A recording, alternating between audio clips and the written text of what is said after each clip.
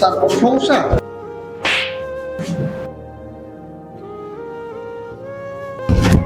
Sir দাঁড়ান, sir দাঁড়ান।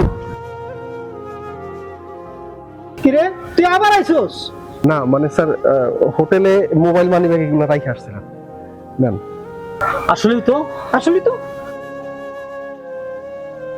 আমি তো স্যার পিছন থেকে আপনার ওখানে ডাকতাছি, আপনারা শোনেনি না।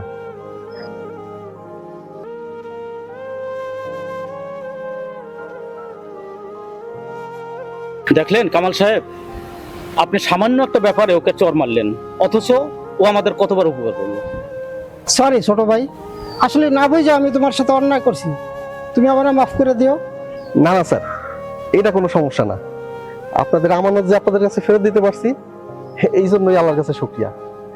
আরেকটা বিষয় কি স্যার, আমি নিজেও গ্রাজুয়েশন কমপ্লিট করে ছোট ব্যবসাটা করতেছি। আর আমার জায়গায় আমার একজন কর্মচারীও থাকতে পারত।